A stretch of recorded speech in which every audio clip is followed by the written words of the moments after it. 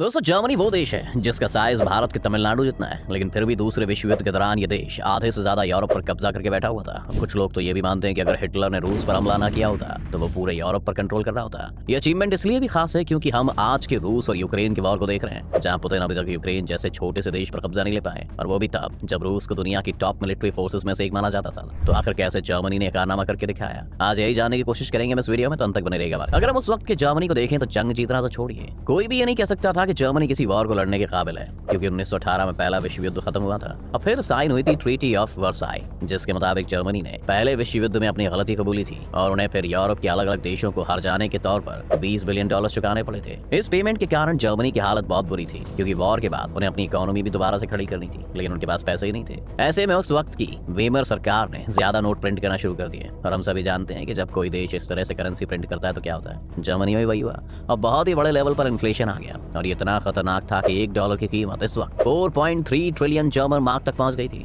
Germany की हालत बहुत खराब थी और तब उन्हें बचाने आया अमेरिका। जर्मनी ने अमेरिकन बैंक से भारी भारी लोन्स लेने शुरू किए, जिनकी मदद से वो देश को कुछ हद तक चला पा रहे थे। लेकिन फिर 1929 का साल आया और अमेरिका समेत दुनिया भर में मंदी छा गई, जिससे द ग्रेट डिप्रेशन भी कहा जाता है। इसने जर्मनी की मुश्किलें और बढ़ा दी, क्योंकि अब वो अमेरिका से भी लोन ले सकते थे। दूसरी तरफ ट्रीटी ऑफ वर्साई के मुताबिक अब जर्मनी को अपनी मिलिट्री का साइज भी घटाकर 1 लाख लोगों तक का करना था और अपनी एयरफोर्स को पूरी तरह से बंद करना था। इस केओस के बीच में एक जर्मन मिलिट्री ऑफिसर अचानक से जर्मनी में बहुत पॉपुलर हो रहा था, और उसका नाम था एडोल्फ हिटलर। 1930 में हिटलर ने जर्मनी की कमान संभाली और अगले 9 सालों में जर्मनी दुनिया भर के लिए खतरा बन गई। पर आखिर 9 साल में हिटलर ने जर्मनी को कैसे ट्रांसफॉर्म किया, इसका जवाब इतना भी सिंपल नहीं है, क्योंकि हिटलर से पहले भी 1920 से ही जर्मन गवर्नमेंट सीक्रेटली अपनी मिलिट्री के साइज को बढ़ा रही थी और नई मिलिट्री टेक्नोलॉजीज में इन्वेस्टमेंट भी कर रही थी। ये सभी काम दुनिया से छिप कर किया जा रहा था। इसलिए जब हिटलर ने कमान संभाली तो बाकी देशों को पता ही नहीं था कि वो कितने बड़े खतरे से गुजरने वाले हैं। लेकिन हिटलर के पास अपना एक चार्म था, जिससे वो लोगों को कन्विंस कर लेता था। हिटलर ने शेल कंपनीज बनाकर कुछ और लोन्स दुनिया भर से लिए और उन्हें जर्मन मिलिट्री को डेवलप करने में यूज किया। हिटलर का प्लान सिंपल था कि जब वो दुनिया पर कब्जा कर लेंगे तो इस जंग में जो भी पैसा वो लूटेंगे उससे उनके लोन्स की भरपाई हो जाएगी। हिटलर एक जर्मन राष्ट्रवादी था और उसे ये बात बिल्कुल पसंद नहीं थी कि ट्रीटी ऑफ वर्साई के कारण उसके देश को तबाह कर दिया गया। उसका तो ये मत था कि जर्मन्स या फिर आर्यंस दुनिया की सबसे एडवांस रेस है,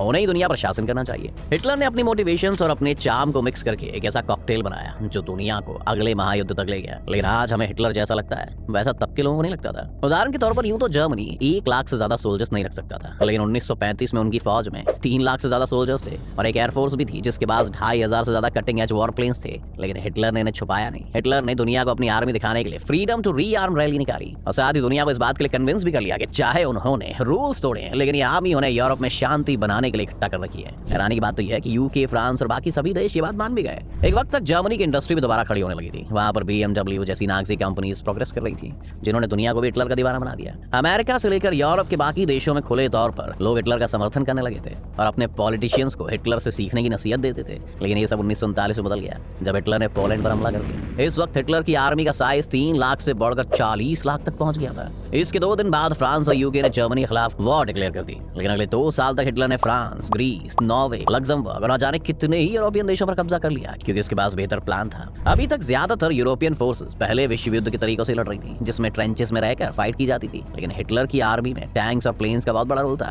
जो जाकर इन ट्रेंचेस पर हमला करते थे और दुश्मन की पूरी यूनिट से तबाह करके आ जाते थे। सोचिए, जब हिटलर के पास टैंक्स और प्लेन्स थे, तब पोलैंड जैसे देश अभी भी घुड़सवारों पर निर्भर थे। फ्रांस के पास टैंक्स थे, लेकिन उनके टैंक्स एक स्पेसिफिक यूनिट में नहीं थे, बल्कि उन्होंने पूरे देश में अलग अलग जगह फैलाया हुआ था। हिटलर हमेशा से ही जंग की तैयारी कर रहा था और यूरोप के देश शांति की ओर। और यही एक बड़ा फर्क था कि हिटलर की आर्मी सिचुएशन के लिए बेटर ट्रेन्ड और बेटर इक्विप्ड थी। हिटलर ने टेक्नोलॉजी को भी बहुत अच्छे से समझा था और इस पर बहुत ही ज्यादा इन्वेस्टमेंट भी की थी। जैसे कि रेडियो उस टाइम एक बहुत ही बड़ा एडवांटेज जर्मनी के लिए लेकर आया। यूं तो रेडियो का इस्तेमाल पहले विश्व युद्ध में भी था, लेकिन उस टाइम रेडियो बहुत बड़े होते थे और उनकी रेंज बहुत कम होती थी, जिस वजह से उन पर भरोसा नहीं किया जा सकता था। लेकिन दूसरे विश्व युद्ध के आते आते रेडियो टेक्नोलॉजी में काफी ग्रोथ देखी गई थी। रेडियो अब ज्यादा छोटे हो गए थे और उनकी रेंज भी बढ़ गई थी, लेकिन अभी भी दुनिया इसे अडॉप्ट नहीं कर पाई थी। सोचिए, जब हिटलर के टैंक्स और एरोप्लेन्स आपस में रेडियो से कॉन्टैक्ट करके एक कोऑर्डिनेटेड अटैक दुश्मन पर कर रहे थे, तब यूके जैसे देश के अंदर एक डेडिकेटेड आर्मर्ड डिवीजन तक नहीं था, तो कोऑर्डिनेटेड अटैक्स तो भूल ही जाइए। हिटलर के पास इस सब के अलावा एक अलग तरीके का सीक्रेट सपोर्ट था, जिसकी बात काफी कम होती है। जैसा कि हम सबको पता है कि बाकी सभी यूरोपियन देशों ने एशिया और अफ्रीका में अपनी कॉलोनीज बना रखी थी और वो जबरन वहां के लोगों पर राज कर रहे थे। ऐसे में हिटलर को एक विलेन के रूप में नहीं, हीरो के रूप में देखा जा रहा था, क्योंकि वो इन यूरोपियन पावर से लड़ रहा था। अगर भारत की बात करें तो यहाँ पर उस वक्त अंग्रेजों का शासन था और अंग्रेजों को हराने के लिए नेताजी सुभाष चंद्र बोस खुद जर्मनी गए थे, ताकि वो हिटलर से मदद मांग सकें। यही ट्रेंड हमें बाकी जगह भी देखने को मिलता है। इसके साथ साथ जिस तरह से सिर्फ कुछ ही सालों में हिटलर ने जर्मनी की तस्वीर बदल के रख दी, उसने भी लोगों को बहुत इंस्पायर किया था।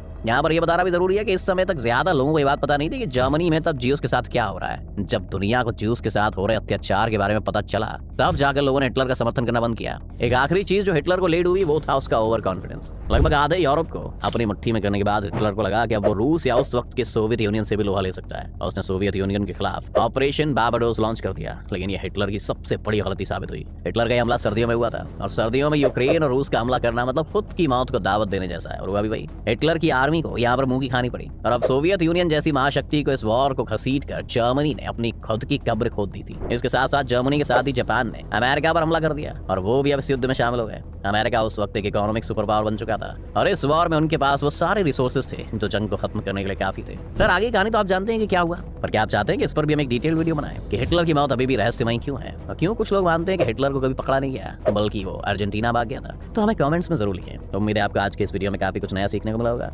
अगर आपको वीडियो पसंद आया तो वीडियो को लाइक करें और अगर आप इस चैनल पर नए हैं तो जाने से पहले इससे सब्सक्राइब करना भी ना भूलें।